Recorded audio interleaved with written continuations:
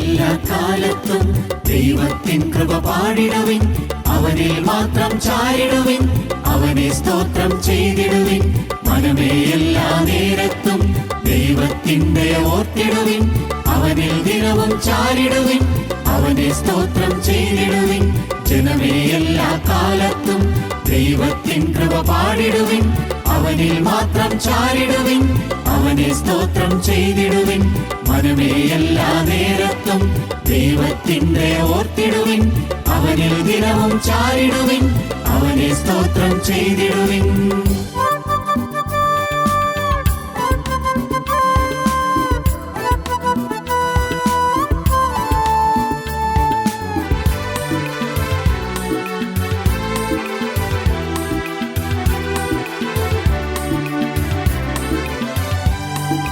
പരിശുദ്ധൻ പരിശുദ്ധൻ ദൈവം പരിശുദ്ധൻ, സ്വർഗത്തിൽ വാഴുന്ന ദൈവം പരിശുദ്ധൻ. പരിശുദ്ധൻ പരിശുദ്ധൻ ദൈവം പരിശുദ്ധൻ, സ്വർഗത്തിൽ വാഴുന്ന ദൈവം പരിശുദ്ധൻ. സാറാഫുകൾ പാടും സ്തുതിഗീതം, സ്വർലോകരാജനു പുതുഗീതം. സിയോനിൽ കേൾക്കുന്ന ജയഗീതം, ഹല്ലേലൂയ എന്ന സ്തുതിഗീതം. സാറാഫുകൾ പാടും സ്തുതിഗീതം, സ്തുതിഗീതം. സ്വർലോകരാജനു പുതുഗീതം, പുതുഗീതം. സിയോനിൽ കേൾക്കുന്ന ജയഗീതം, ജയഗീതം. ഹല്ലേലൂയ എന്ന സ്തുതിഗീതം, സ്തുതിഗീതം. ജനമേ എല്ലാ കാലത്തും ദൈവത്തിൻ കൃപ പാടിടുവിൻ. അവനിൽ മാത്രം ചാരിടുവിൻ, അവനെ സ്തോത്രം ചെയ്തിടുവിൻ. മനമേ എല്ലാ നേരത്തും ദൈവത്തിൻ്റെ ഓർത്തിടുവിൻ. അവനിൽ ദിനവും ചാരിടുവിൻ, അവനെ സ്തോത്രം ചെയ്തിടുവിൻ.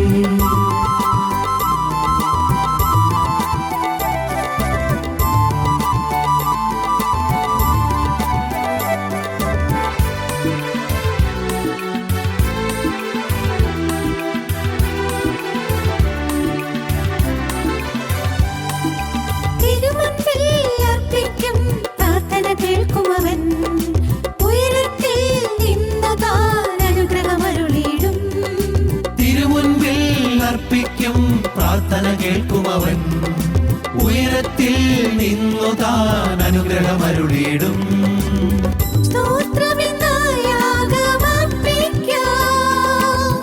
കീർത്തനങ്ങൾ പാടി പുകഴ്ത്തിടാം, യാഗെന്ന ദൈവത്തെ ഉയർത്തിടാം, രക്ഷയാം ദൈവത്തെ സ്തുതിച്ചിടാം. സ്തോത്രമെന്ന യാഗമർപ്പിക്കാം, കീർത്തനങ്ങൾ പാടി പുകഴ്ത്തിടാം, യാഗെന്ന ദൈവത്തെ ഉയർത്തിടാം, രക്ഷയാം ദൈവത്തെ സ്തുതിച്ചിടാം. ജനമേ എല്ലാ കാലത്തും ദൈവത്തിൻ കൃപ പാടിടുവിൻ. അവനിൽ മാത്രം ചാരിടുവിൻ, അവനെ സ്തോത്രം ചെയ്തിടുവിൻ. മനമേ എല്ലാ നേരത്തും ദൈവത്തിൻ്റെ ഓർത്തിടുവിൻ. അവനിൽ ദിനവും ചാരിടുവിൻ, അവനെ സ്തോത്രം ചെയ്തിടുവിൻ. ജനമേ എല്ലാ കാലത്തും ദൈവത്തിൻ കൃപ പാടിടുവിൻ. അവനിൽ മാത്രം ചാരിടുവിൻ, അവനെ സ്തോത്രം ചെയ്തിടുവിൻ. മനമേ എല്ലാ നേരത്തും ദൈവത്തിൻ്റെ ഓർത്തിടുവിൻ. അവനിൽ ദിനവും ചാരിടുവിൻ, അവനെ സ്തോത്രം ചെയ്തിടുവിൻ. ഞങ്ങളും ക്രൂശിക്കപ്പെട്ട ക്രിസ്തുവിനെ പ്രസംഗിക്കുന്നു.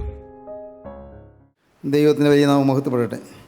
ആഘോർ താഴ്വര പ്രത്യാശയുടെ വാതിലായി മാറി. ഇന്ന് നിങ്ങൾ ഈ വചനം കേട്ടുകൊണ്ടിരിക്കുമ്പോൾ, എൻ്റെ കർത്താവേ, ഇതുവരെയും ഞാൻ ഭയപ്പാടിലായിരുന്നു, ഇതുവരെയും ഞാൻ ഭീതിയിലായിരുന്നു, ഇതുവരെയും ഞാൻ ശിക്ഷയ്ക്ക് യോഗ്യനായിരുന്നു, ഇതുവരെയും ഞാൻ മരണയോഗ്യനായിരുന്നു, ഇതുവരെയും ന്യായവിധിക്ക് ഞാൻ യോഗ്യനായിരുന്നു, അനർത്ഥത്തിലേക്ക് ഞാൻ പോയിക്കൊണ്ടിരിക്കുകയായിരുന്നു, നിത്യ നരകാഗ്നിയിലേക്ക് ഞാൻ പോവുകയായിരുന്നു. കർത്താവേ, ഇന്ന് പ്രത്യാശയുടെ വാതിലായി ക്രിസ്തുവിനെ അറിയുവാനും അനുഭവിക്കുവാനും ക്രിസ്തുവിനെ മുറുകെ പിടിക്കുവാനും എനിക്ക് നീ ഭാഗ്യം തരണമേ. നിങ്ങൾ പ്രാർത്ഥിക്കുക, ഹൃദയത്തിൽ നീ പ്രാർത്ഥന നോക്കിക്കൊണ്ടിരിക്കട്ടെ. ദൈവത്തിന് സ്തോത്രം. ഈ ആഖാന് ആ വലിയ ശിക്ഷ നേടാൻ കാരണങ്ങളുണ്ട്, നിസ്സാരമല്ല. അവൻ മോഷ്ടിച്ചു, ശരിയാണ്. പക്ഷേ അതിൻ്റെ പിന്നിൽ ചില കാര്യങ്ങളുണ്ട്. ഒന്ന്, അവന് പറ്റിയ ഒരു വലിയ അബദ്ധം, അവൻ അനുസരണക്കേടുള്ളവനായിരുന്നു. അനുസരിച്ചില്ല, ദൈവത്തിൻ്റെ വചനം അനുസരിച്ചില്ല. ദൈവത്തിൻ്റെ വചനം അനുസരിച്ചിരുന്നെങ്കിൽ ഈ അപകടം ഒന്നും വരില്ലായിരുന്നു.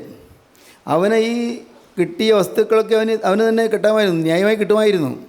ദിവസം വായിക്കുമ്പോൾ കാണാം, 8-ാം അധ്യായം, യോശുവയുടെ പുസ്തകം 8-ാം അധ്യായത്തിൻ്റെ 27-ാം വാക്യം വായിക്കൂ. യഹോവ യോശുവയോട് കൽപ്പിച്ച വചനപ്രകാരം ഇസ്രായേലിയർ പട്ടണത്തിലെ കന്നുകാലികളെയും കൊള്ളയെയും തങ്ങൾക്കായിട്ട് തന്നെ എടുത്തു. ഇസ്രായേൽ മക്കൾ എല്ലാം തങ്ങൾക്കായിട്ട് എടുത്തു, അനുവാദം കിട്ടി. അവൻ അനുസരണക്കേട് കാണിച്ചു, അവൻ അപകടം പറ്റി, പക്ഷേ പിന്നീട് അനുവാദം കിട്ടി. അതാണ് 8-ാം അധ്യായം 2-ാം വാക്യം വായിക്കുമ്പോൾ കാണുന്നത്. യെരിഹോവിനോടും അതിൻ്റെ രാജാവിനോടും ചെയ്തതുപോലെ നീ ഹായിയോടും അതിൻ്റെ രാജാവിനോടും ചെയ്യണം. ഹായി പട്ടണം പിടിക്കാൻ പോവുകയാണ്. നിങ്ങൾ ഹായിയോടും രാജാവിനോടും അതുപോലെ തന്നെ നിങ്ങൾ ചെയ്തു കൊള്ളണം. യെരിഹോവിനോട് നിങ്ങൾ ചെയ്തതുപോലെ തന്നെ ഹായി പട്ടണത്തോടും അതിൻ്റെ രാജാവിനോട് നിങ്ങൾ അതുപോലെ തന്നെ പെരുമാറിക്കൊള്ളണം, ചെയ്തു കൊള്ളണം. എന്നാൽ അതിലെ കൊള്ളയെയും കന്നുകാലികളെയും നിങ്ങൾക്ക് എടുത്തുകൊള്ളാം. കൊള്ളയും കന്നുകാലികളും എല്ലാം എന്തൊക്കെയുണ്ടോ എല്ലാ വസ്തുക്കളും നിങ്ങൾക്ക് എടുക്കാം. നേരെ മറിച്ച് യെരിഹോക്കോട്ട് പിടിക്കാൻ നേരത്ത് പറഞ്ഞു, അവിടുന്ന് ഒന്നും തുടരുത്, എല്ലാം ശബദാർപ്പിത വസ്തുവാണ്, ദൈവത്തിന് ഡിവോട്ടഡാണ്, ദൈവത്തിന് വേണ്ടി നേർന്ന വസ്തുക്കളാണ്, ശബദ അർപ്പിത വസ്തുവാണ്. ഡിവോട്ടഡ് എന്നാണ് ഇംഗ്ലീഷ്, ഡിവോട്ടഡാണ്. എന്നാൽ അന്ന് അവിടെ അത് എടുക്കാതിരുന്നെങ്കിൽ അവന് സുഖമായി ഒട്ടും താമസിയാതെ ഹായിക്കോട്ട പിടിക്കാൻ പോകുമ്പോൾ അവന് എല്ലാം കിട്ടുമായിരുന്നു. ഹായിക്കോട്ട തൊട്ടടുത്തുള്ള കോട്ടയാണ്, അവിടെയാണല്ലോ തോൽവി പറ്റിയത്. ഹായിക്കോട്ട പിടിക്കാൻ പോകുമ്പോൾ അതിൽ കൊള്ളയെയും കന്നുകാലികളെയും നിങ്ങൾക്ക് എടുത്തുകൊള്ളാം, അനുവാദം കിട്ടുകയാണ്. നോക്കണേ, ദൈവത്തിൻ്റെ കൽപ്പനയെ അക്ഷരാർത്ഥത്തിൽ അനുസരിച്ചാൽ മതിയായിരുന്നു. ദൈവത്തിൻ്റെ വചനത്തെ അനുസരിച്ചാൽ മതിയായിരുന്നു. യോശുവ പറഞ്ഞ വചനം അനുസരിച്ചാൽ മതിയായിരുന്നു. ദൈവത്തിൻ്റെ വചനമാണെന്ന് വിചാരിച്ച് അനുസരിച്ചിരുന്നെങ്കിൽ വാസ്തവത്തിൽ ഈ ആഖാൻ കൊല്ലപ്പെടേണ്ടി വരികയില്ലായിരുന്നു, വധിക്കപ്പെടേണ്ടി വരികയില്ലായിരുന്നു, ശിക്ഷിക്കപ്പെടേണ്ടി വരികയില്ലായിരുന്നു. അതാണ് 8-ാം അധ്യായം 27-ാം വാക്യത്തിൽ കാണുന്നത്. ഇസ്രായേൽ പട്ടണത്തിലെ കന്നുകാലികളെയും കൊള്ളയെയും തങ്ങൾക്കായിട്ട് തന്നെ ഇസ്രായേലിയർ പട്ടണത്തിലെ ഹായി പട്ടണത്തിലെ കന്നുകാലികളെയും കൊള്ളയെയും തങ്ങൾക്കായിട്ട് തന്നെ എടുത്തു. ദൈവത്തിന് സ്തോത്രം. എല്ലാം തങ്ങൾക്കായിട്ട് തന്നെ എടുത്തു. ഇസ്രായേൽക്കൾക്ക് എല്ലാം കയ്യാളാമായിരുന്നു. ദൈവത്തിന് അനുവാദം കിട്ടി. പ്രിയപ്പെട്ടവരെ, നാം ഒന്നും ധൃതി പിടിച്ചൊന്നും ചെയ്യണ്ട, നാം ഒന്നും വെടിച്ച് മേടിക്കണ്ട ആരോടും. നമുക്ക് കിട്ടാനുള്ളത് ദൈവം തരും. ദൈവം തരാൻ വിചാരിച്ചാൽ ഉറപ്പാണ് ആർക്കും തീർക്കാൻ സാധിക്കുകയില്ല. ദൈവം തരുന്നില്ലെങ്കിൽ ആരെല്ലാം തന്നാലും ഒരു ഫലവുമില്ല. വിശ്വസിക്കുക, ദൈവം തന്നാൽ അത് ആർക്കും തടുക്കാൻ സാധിക്കുകയില്ല. സ്തോത്രം. ദൈവം നമുക്ക് അനുകൂലമെങ്കിൽ നമുക്ക് പ്രതികൂലമാര്. സ്വന്തം പുത്രനെ ആദരിക്കാതെ നമുക്ക് എല്ലാവർക്കും വേണ്ടി ഏൽപ്പിച്ചു തന്നവൻ അവനോടുകൂടെ സകലവും നമുക്ക് നൽകാതിരിക്കുമോ? ദൈവം തിരഞ്ഞെടുത്തവരെ ആര് കുറ്റം ചുമത്തും? നീതീകരിക്കുന്ന ദൈവം, ശിക്ഷ വിധിക്കുന്നവനാര്? ക്രിസ്തു യേശു മരിച്ചവൻ, മരിച്ചിട്ട് ഉയർത്തെഴുന്നേറ്റവൻ തന്നെ. അവൻ ദൈവസിംഹാസനത്തിൻ്റെ വലത്തുഭാഗത്തിരിക്കുകയും നമുക്ക് വേണ്ടി പക്ഷപാതം കഴിക്കുകയും ചെയ്യുന്നു. ക്രിസ്തുവിൻ്റെ സ്നേഹത്തിൽ നിന്ന് നമ്മെ വേർതിരിക്കുന്നത് ആര്? കഷ്ടതയോ സങ്കടമോ ഉപദ്രവമോ പട്ടിണിയോ നഗ്നതയോ ആപത്തോ വാളോ? നിന്റെ നിമിത്തം ഞങ്ങൾ ഇടപെടാതെ കൊല്ലുന്നു, അറുപ്പാനുള്ള ആടുകളെ പോലെ ഞങ്ങൾ എണ്ണുന്നത് എഴുതിയിരിക്കുന്നുവല്ലോ. നാമോ നമ്മെ സ്നേഹിച്ച മുഖാന്തരം ഇതിലൊക്കെയും പൂർണ്ണജയം പ്രാപിക്കുന്നു. നാമോ ഇതിലൊക്കെയും പൂർണ്ണജയം പ്രാപിക്കുന്നു. മരണത്തിനോ ജീവനോ ദൂതന്മാർക്കോ വാഴ്ചകൾക്കോ അധികാരങ്ങൾക്കോ ഇപ്പോഴുള്ളതിനോ വരുവാനുള്ളതിനോ ഉയരത്തിനോ ആഴത്തിനോ മറ്റ് യാതൊരു സൃഷ്ടിക്കോ. സ്തോത്രം. നമ്മുടെ കർത്താവായ യേശുക്രിസ്തുവിലുള്ള ദൈവസ്നേഹത്തിൽ നിന്ന് നമ്മെ വേർതിരിപ്പാൻ കഴിയുകയില്ല എന്ന് ഞാൻ ഉറച്ചിരിക്കുന്നു. ഇതാണ് ധൈര്യം. വിശ്വാസത്തിൻ്റെ സ്ഥിതിയാണ് കാണുന്നത്. ദൈവം അനുകൂലമാണ്. ദൈവം അനുകൂലമാണെങ്കിൽ ആര് പ്രതികൂലം നിന്നാലും ഒരു ദോഷം വരികയില്ല. എപ്പോഴും ഓർത്തോണം. അതുകൊണ്ട് ദൈവം അനുകൂലമാകാൻ നിങ്ങൾ ശ്രദ്ധിച്ചുകൊള്ളണം. ദൈവവുമായി എപ്പോഴും നിരപ്പായിക്കൊള്ളണം. ദൈവവുമായി നിരപ്പായിരിക്കണം. ദൈവത്തിൻ്റെ വചനം അനുസരിച്ച് കൊള്ളണം, കൃത്യമായി അനുസരിച്ച് കൊള്ളണം. മനസ്സിലാവില്ല എന്തുകൊണ്ടാണ് ഇങ്ങനെ വചനം വന്നത്, ആർക്കറിയാം? നമുക്കറിയാൻ പാടില്ല. അവിടെ എരിഹോ കോട്ടയിൽ നിന്ന് ഒന്നും എടുക്കരുതെന്ന് പറഞ്ഞു, ഇവിടെ ഹായ് കോട്ടയിൽ നിന്ന് എല്ലാം നിങ്ങൾക്ക് എടുത്തുകൊള്ളാമെന്ന് പറഞ്ഞു. എന്താണ് അങ്ങനെ പറഞ്ഞത്? പറഞ്ഞവനറിയാം. അത് നമുക്ക് ദൈവമക്കൾക്ക് അത് അനുസരിക്കാൻ മാത്രമേ അറിയാവൂ, അനുസരിക്കേ പറ്റുള്ളൂ, വേറൊന്നും ചെയ്യണ്ട. ദൈവം ഒരു കൽപ്പന തന്നു, ദൈവത്തിൻ്റെ പ്രവാചക മുഖാന്തരം ഒരു കൽപ്പന തന്നു, യോശുവ മുഖാന്തരം ഒരു കൽപ്പന വ്യക്തമായിട്ട് തന്നു. ആ കൽപ്പന അങ്ങ് അനുസരിച്ച് വെക്കുക. എന്തുകൊണ്ടാണ് യോശുവ ഇങ്ങനെ പറഞ്ഞത്? അത് യോശുവയുടെ വല്ല മുൻവിധി ഉണ്ടായിരിക്കുമോ? യോശുവയ്ക്ക് അല്ലെങ്കിലും ഞാൻ നിങ്ങൾ എടുക്കുമെന്നൊരു ചിന്തയുണ്ടായിരിക്കും. അതുകൊണ്ടാണോ? ഇങ്ങനെയൊന്നും ചിന്തിക്കാൻ പോകരുത്. അതൊക്കെ മണ്ടത്തരമാണ്. ദൈവം കൽപ്പിച്ചു. ദൈവത്തിൻ്റെ പ്രവാചകൻ ദൈവം കൽപ്പിക്കാത്തത് പറഞ്ഞാൽ പ്രവാചകൻ നഷ്ടം. നിങ്ങൾക്ക് മനസ്സിലായോ? ദൈവം കൽപ്പിക്കാത്തത് പ്രവാചകൻ പറഞ്ഞാൽ പ്രവാചകന് ശിക്ഷയായിരിക്കും. അത് ദൈവം പ്രവാചകനോട് തീർക്കേണ്ട കാര്യമാണ്. അതിലെനിക്ക് പങ്കൊന്നുമില്ല. അതാണ് നമ്മൾ ചിന്തിക്കേണ്ടത്. എനിക്കതിൽ പങ്കില്ല. ദൈവത്തിൻ്റെ ഒരു വചനം പ്രവാചകനിൽ കൂടി കിട്ടി. അത് എൻ്റെ ബുദ്ധി കൊണ്ട് ഞാൻ അളന്നു നോക്കിയാൽ എനിക്ക് പല ന്യായങ്ങൾ കാണും. പക്ഷേ അതെല്ലാം എൻ്റെ മാനസിക ന്യായങ്ങളാണ്. ആ ന്യായങ്ങളൊന്നും ദൈവത്തിനിൽ വില പോവുകയില്ല. ദൈവം പറഞ്ഞു, കണ്ണുടച്ചങ്ങ് അനുസരിക്കുന്നു. ദൈവത്തിന് സ്തോത്രം. നിങ്ങൾക്കറിയാമല്ലോ, ഏദൻ തോട്ടത്തിൽ ഹവ്വായോട് പാമ്പ് വന്ന് സംസാരിക്കുകയാണ്. അന്ന് പാമ്പ് എഴുന്നേൽക്കുന്ന ജീവിയല്ല. അന്ന് ഒരു സാധാരണ ഒരു മനുഷ്യരൂപത്തിലാണ് വരുന്നത് പാമ്പ്. അന്ന് എഴയുന്ന പാമ്പായിട്ടല്ല വരുന്നത്. അതിന് ശേഷമാണ് പാമ്പ് എഴഞ്ഞു നടക്കുന്ന ദൈവത്തിൻ്റെ ശാപം കിട്ടിയത്. പാമ്പിനി എഴഞ്ഞു നടക്കുമെന്ന്. അന്ന് ഒരു അന്യപുരുഷൻ വീട്ടിലേക്ക് കയറി വന്നു. അങ്ങനെ വിചാരിക്കുമോ? വാസ്തവത്തിൽ അന്യപുരുഷൻ കയറി വന്നപ്പോൾ ഭാര്യ വാതിൽ തുറക്കേണ്ട ആവശ്യമില്ല. ഇരുന്നു സൽക്കരിക്കാൻ തുടങ്ങി. അകത്ത് കയറ്റിയിരുത്തി. അവൻ ചോദിച്ചു, ഞാൻ നിങ്ങളുടെ ഈ തോട്ടത്തിൻ്റെ ഭംഗിയെല്ലാം കണ്ട് വരികയാണ്. നല്ല മനോഹരമായ തോട്ടമാണല്ലോ. ഇതാരാ നിങ്ങൾക്ക് ഇതൊക്കെ തന്നത്? അത് ഞങ്ങളുടെ കർത്താവ് തന്നത്, ഞങ്ങളുടെ ദൈവം തന്നത്. അല്ല, ഞാൻ ചോദിച്ചതേ ഉള്ളൂ. നിങ്ങൾ ഇത്ര ഭാഗ്യശാലികളാണല്ലോ. ഇത്രയും നല്ല മനോഹരമായൊരു തോട്ടവും അതിൽ ഫലമൂലാദികളും എല്ലാം വർഷങ്ങളും എല്ലാം എന്ത് സുന്ദരമായിരിക്കുന്നു. എന്തോ ഇവിടെ വന്നപ്പോഴൊരു ശാന്തി തോന്നുന്നു, ഒരു വലിയ സമാധാനം തോന്നുന്നു. ഹവ്വായ്ക്ക് അഭിമാനം തോന്നി. കൊള്ളാം, ശാന്തിയോ? ഞങ്ങളുടെ എന്ത് സമാധാനമായിട്ടാണ് ജീവിക്കുന്നത്? പൂർണ്ണ സംതൃപ്തിയല്ലേ? ആട്ടെ, ഈ പറമ്പിൽ, ഈ തോട്ടത്തിലുള്ള എല്ലാ വൃക്ഷങ്ങളുടെയും ഫലം നിങ്ങൾക്ക് തിന്നാമോ? പിന്നെ ഞങ്ങൾക്കായിട്ട് ദൈവം തന്നത്, ഞങ്ങളുടെ ദൈവം തന്നതല്ലേ ഇത്. ഈ തോട്ടം നോക്കാനും മാത്രമല്ല, ഇതിനെ വാഴുവാനും അതിനെല്ലാമായിട്ട് ഞങ്ങൾ ദൈവം ഇവിടെ ആക്കിയതാണ്. അത് ചോദിച്ചതേ ഉള്ളൂ. നിങ്ങൾക്ക് എല്ലാം തിന്നാമോ? ഹവ്വ പറഞ്ഞത് ഒരെണ്ണം അദ്ദേഹം കാണുന്നില്ല, ആ വൃക്ഷത്തിൻ്റെ ഫലം മാത്രം തിന്നരുത് ദൈവം കൽപ്പിച്ചിട്ടുണ്ട്. അതെന്താ തിന്നാൽ? അത് ദൈവം പറഞ്ഞിട്ടുണ്ട്, ഞങ്ങൾ തിന്നാൽ ദൈവത്തെപ്പോലെയാകും ദൈവത്തിനറിയാം. ഞങ്ങൾ തിന്നാൽ ദൈവത്തെപ്പോലെയാകും ദൈവത്തിനറിയാം. അതേ, ഈ പിശാച് കൊടുത്ത ആലോചനയാണ്. ദൈവത്തെപ്പോലെയാകും ദൈവത്തിനറിയാം, അതുകൊണ്ടാണ് തിന്നണ്ടെന്ന് പറഞ്ഞത്. ഹവ്വ കേട്ട് ഒന്ന് സ്തംഭിച്ചു. പിശാച് പറഞ്ഞ ആലോചന, നിങ്ങൾ തിന്നാൽ നിങ്ങൾ ദൈവത്തെപ്പോലെയാകും ദൈവം അറിയുന്നു, അതുകൊണ്ടാണ് നിങ്ങൾ തിന്നണ്ട എന്ന് പറഞ്ഞത്. ദൈവത്തിന് സ്തോത്രം. പ്രിയപ്പെട്ടവരെ, സ്ത്രീ അന്യപുരുഷൻ്റെ വാക്കുകളിൽ മയങ്ങിപ്പോയി. അവൻ്റെ വാക്കുകൾ വിശ്വസിച്ചു പോയി. സൂക്ഷിക്കേണ്ടതാണ്. നമ്മുടെയൊക്കെ ഭവനങ്ങളിൽ അന്യനാരെങ്കിലും വന്നാൽ വാതിൽ തുറക്കുകയും ചെയ്യരുത്. വേണമെങ്കിൽ നിങ്ങൾ ജനലിൽ കൂടി നിങ്ങൾക്ക് നോക്കാം ആരാണെന്ന്, സംസാരിക്കാം. അല്ലാതെ ഇന്നത്തെ കാലത്ത്, പണ്ടുപോയത് എങ്ങനെയാണല്ലോ, ഇന്നത്തെ കാലത്ത് പ്രത്യേകം ശ്രദ്ധിക്കണം. നിങ്ങളുടെ ഭവനങ്ങളിൽ ആരെങ്കിലും വന്നാൽ എന്ത് ഉദ്ദേശത്തോടെയാണ് വരുന്നത് ആർക്കറിയാം? എന്താണ് ലക്ഷ്യം ആർക്കറിയാം? അതുകൊണ്ട് നിങ്ങൾ വളരെ കരുതലുള്ളവരായിരിക്കണം. ഹവ്വയ്ക്ക് കരുതലുണ്ടായിരുന്നില്ല. ഹവ്വ പറഞ്ഞു, ഞങ്ങൾ തിന്നാൽ ഞങ്ങൾ ദൈവത്തെ പോലെയാകുമെന്ന് പറഞ്ഞത് എനിക്ക് മനസ്സിലാകുന്നില്ലല്ലോ. പാമ്പ് പറഞ്ഞു, അത് നിങ്ങൾക്ക് മനസ്സിലാകുന്നില്ല, പക്ഷേ എനിക്കറിയാം, തിന്നാൽ ദൈവത്തെ പോലെയാകുമെന്ന് ദൈവം അറിയുന്നു, അതുകൊണ്ടാണ് തിന്നണ്ടെന്ന് പറഞ്ഞത്. നിങ്ങൾ ദൈവത്തെ പോലെയാകാൻ ദൈവത്തിന് ഇഷ്ടമില്ല, അതുകൊണ്ടാണ് പറഞ്ഞത്. ഞാൻ കുറച്ച് വേദവാക്യങ്ങളിൽ ഞാൻ കുറച്ച് കൂട്ടി വെച്ചെടുത്ത് പറയുന്നേ ഉള്ളൂ. ദൈവത്തിന് സ്തോത്രം. പ്രിയപ്പെട്ടവരെ, അന്ന് ഹവ്വ ആ പ്രലോഭനത്തിൽ മയങ്ങി. ആദാം വീട്ടിലില്ല. ആദാം എന്തിനോ തോട്ടത്തിൽ പോയിരിക്കുകയാണ്. ആദാം അവിടെ ഇല്ലാത്ത സമയത്താണ് തന്ത്രപൂർവ്വം പിശാച് കയറി വരുന്നത്. വളരെ തന്ത്രപൂർവ്വം. പുരുഷനില്ലാത്ത സമയത്ത് അവൻ കയറി വന്ന്, അവൻ ഇത്രയും പറഞ്ഞിട്ട് അവൻ വേഗം ആ വൃക്ഷത്തിലേക്ക് കയറി. അവനൊരു പഴം പറിച്ചു. അത് കൊണ്ടുവന്ന് ഹവ്വയ്ക്ക് കൊടുത്തു. ആ പഴത്തിൻ്റെ ഭംഗിയും അതിൻ്റെ മാർദ്ദവവും അതിൻ്റെ മൃദുലതയും അതിൻ്റെ കാണാനുള്ളതായ ചന്തവും എല്ലാം കണ്ട് ഹവ്വ അതങ്ങ് ആകർഷിക്കപ്പെട്ടു. അപകടം ഹവ്വ മനസ്സിലാക്കിയില്ല. ദൈവത്തെപ്പോലെയാകും എന്ന് ദൈവം അറിയുന്നു എന്ന് പറഞ്ഞ ആ വാക്കിലാണ് ഹവ്വ വീണത്. ഹവ്വ വീണുപോയി. പ്രിയപ്പെട്ടവരെ, അനുസരിച്ച് മതിയായിരുന്നു. ഹവ്വയ്ക്ക് അറിയാൻ തരം. ഹവ്വ പറഞ്ഞു, തിന്നാൽ ഞങ്ങൾ മരിക്കുമെന്നാണ് ഞങ്ങൾ ദൈവം നിങ്ങളോട് പറഞ്ഞിട്ടുള്ളത്. തിന്നാൽ മരിക്കും. ദൈവം പറഞ്ഞിട്ടുണ്ട്. വചനം അവൾക്കറിയാം. ദൈവം പറഞ്ഞിട്ടുണ്ട്. തിന്നരുത്, തൊടുകയും വരുന്നത് ദൈവം പറഞ്ഞിട്ടുണ്ട്. വലിയ അധികപരി ശുഷ്കാന്തിയായി. തൊടുകയും വരുത് എന്ന്, തുടരുതെന്ന് പറഞ്ഞിട്ടില്ല. ദൈവം കൽപ്പിക്കാത്തതുകൾ കയറ്റി പറയുകയാണ്. അമിത തീഷ്ണത. തിന്നരുത്, തൊടുകയും വരുത് ദൈവം കൽപ്പിച്ചിട്ടുണ്ടെന്നാണ് അവൾ പറയുന്നത്.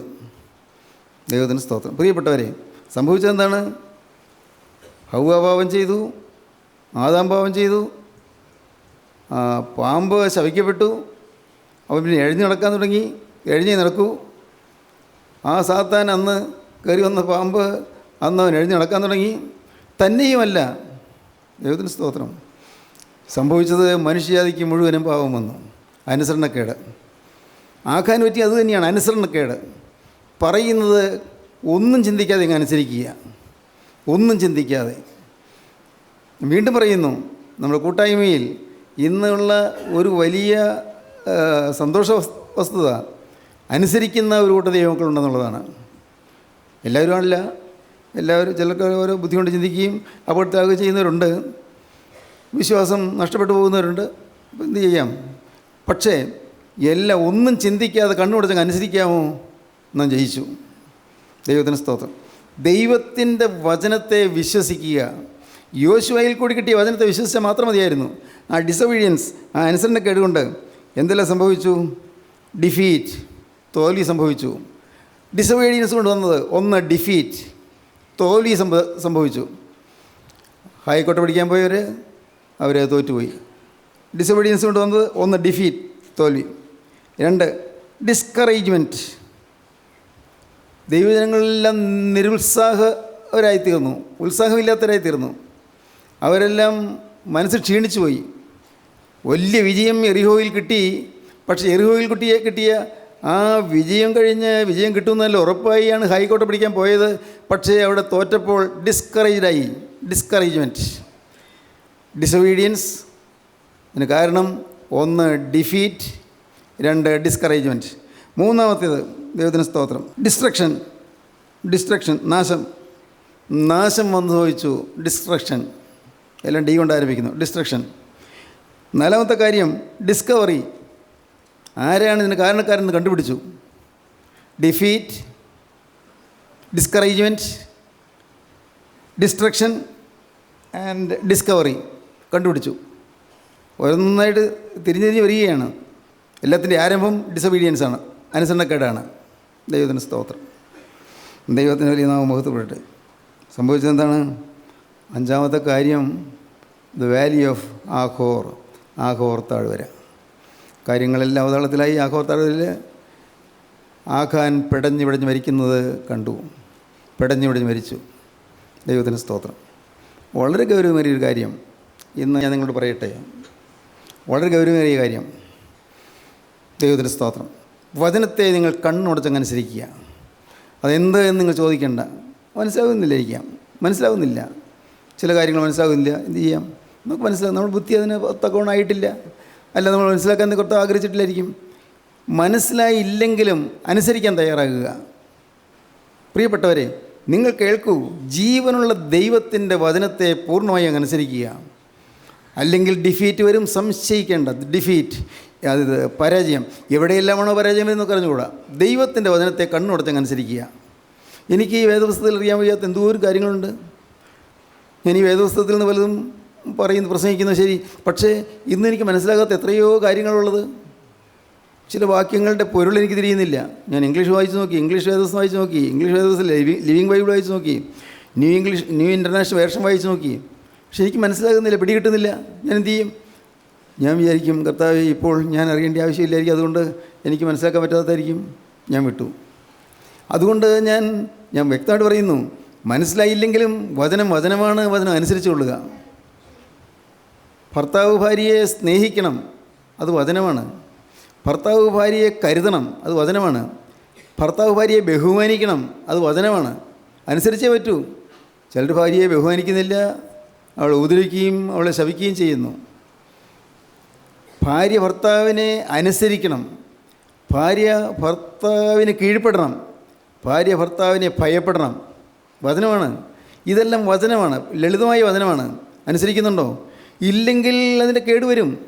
നിങ്ങൾക്ക് മാത്രം, അതാണ് വിഷമം. നിങ്ങൾക്ക് മാത്രമല്ല, നിങ്ങളുടെ മക്കൾക്കും മക്കളുടെ മക്കൾക്കും കേടുവരും. ദൂരവ്യാപകമായ ദുഷ്ഫലങ്ങളാണ് ഉണ്ടാകുന്നത്. ദൈവത്തിൻ്റെ വചനത്തിൽ എന്തെല്ലാം പറഞ്ഞിരിക്കുന്നു എല്ലാം അനുസരിച്ച് കൊള്ളുക. പൊട്ടച്ചൊല്ല്, കളിവാക്ക്, ഇങ്ങനെ ചേർച്ചയില്ലാത്ത ഒന്നും അരുതെന്ന് പറഞ്ഞിരിക്കുന്നു. വെറും പൊട്ടച്ചൊല്ലുകൾ പറയുക, വെറുതെ പരിഹാസദ്യോതകമായി സംസാരിക്കുക, ഒന്നും പാടില്ലെന്ന് പറയുന്നു. ചീത്തത്തരം, പൊട്ടച്ചൊല്ല്, കളിവാക്ക്, ഇങ്ങനെ ചേർച്ചയില്ലാത്ത ഒന്നും അരുത്. സ്തോത്രം അത്രേ വേണ്ടത്. ദൈവത്തിൻ്റെ പരിശുദ്ധാത്മാവിനെ ദുഃഖിപ്പിക്കരുത്.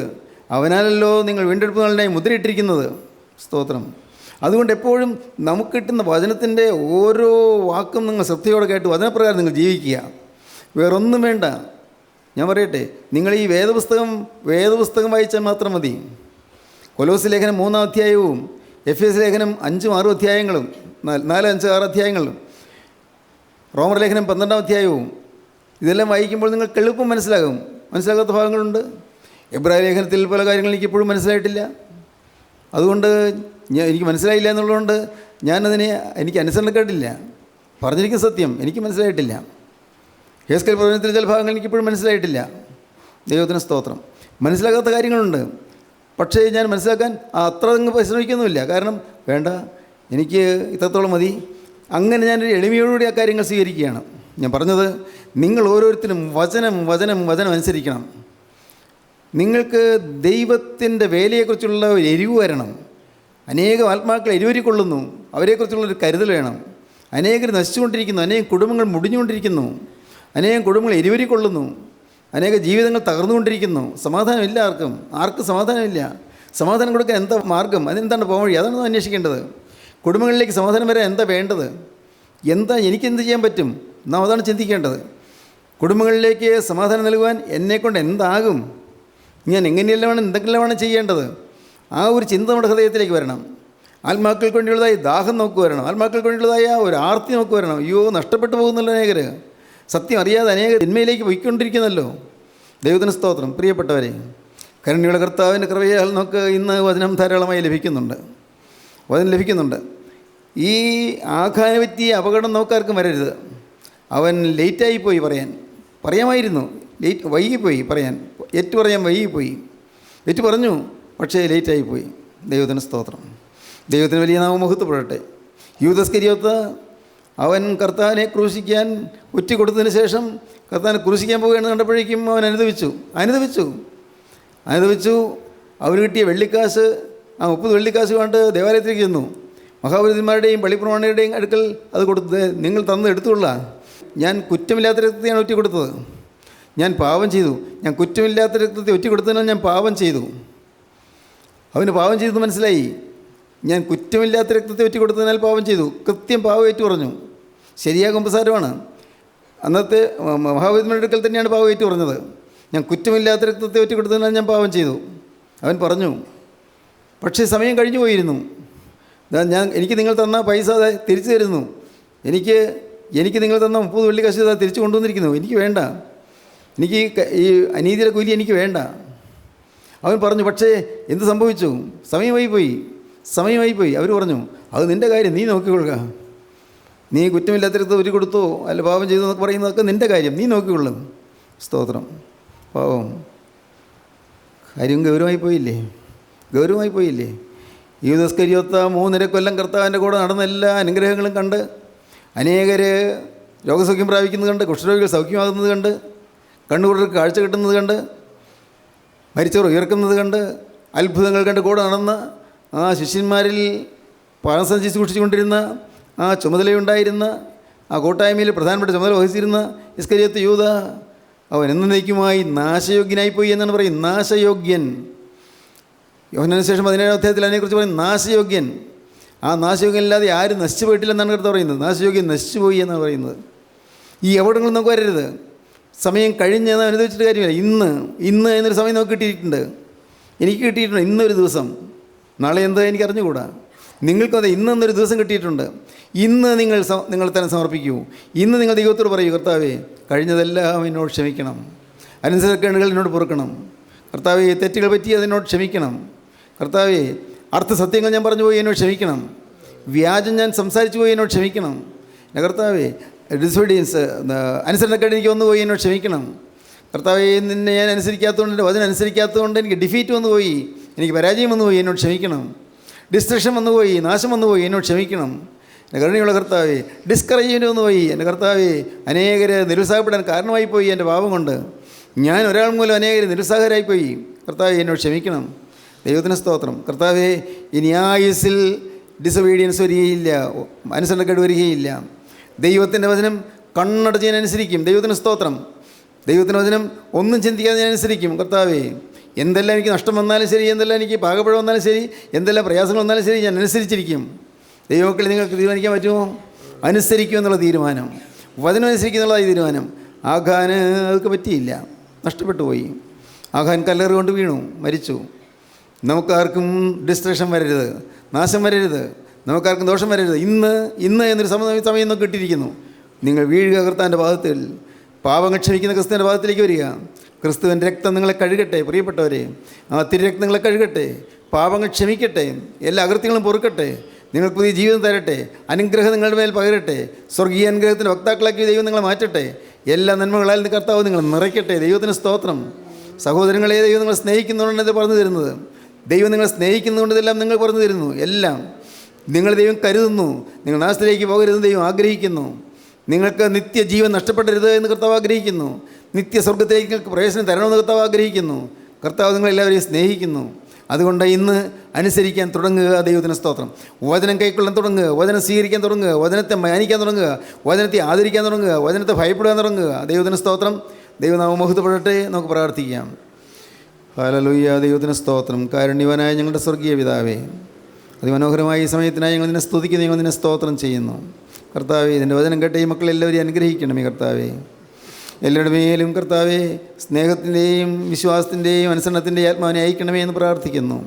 കരുണയുള്ള കർത്താവേ, നാശത്തിലേക്ക് പോകുന്നതിന് മുമ്പ് ഞങ്ങൾക്ക് അനുഭവിക്കാൻ അവസരം തരുന്നതായി ഞങ്ങൾ നിന്നെ സ്തുതിക്കുന്നു, ഞങ്ങൾ നിന്നെ സ്തോത്രം ചെയ്യുന്നു. കരുണയുള്ള കർത്താവേ, ഇതിൻ്റെ മക്കൾക്ക് സമാധാനം നൽകി പറഞ്ഞയക്കണമേ, കുടുംബശാന്തി നൽകി പറഞ്ഞയക്കണമേ, അനർത്ഥം വരാതെ മക്കളെ അവിടെ കാക്കണമെന്ന് പ്രാർത്ഥിക്കുന്നു. രണ്ടാമത്തവരിന് വേണ്ടി എല്ലാവരെയും ഒരുക്കണമേ. യേശുനാഥൻ്റെ പരിശുദ്ധമായ നാമത്തിൽ പ്രാർത്ഥിക്കുന്നു. കൃപയോടെ കേൾക്കണമേ. ആമീൻ. ഹല്ലേലൂയ. ദൈവത്തിന് സ്തോത്രം.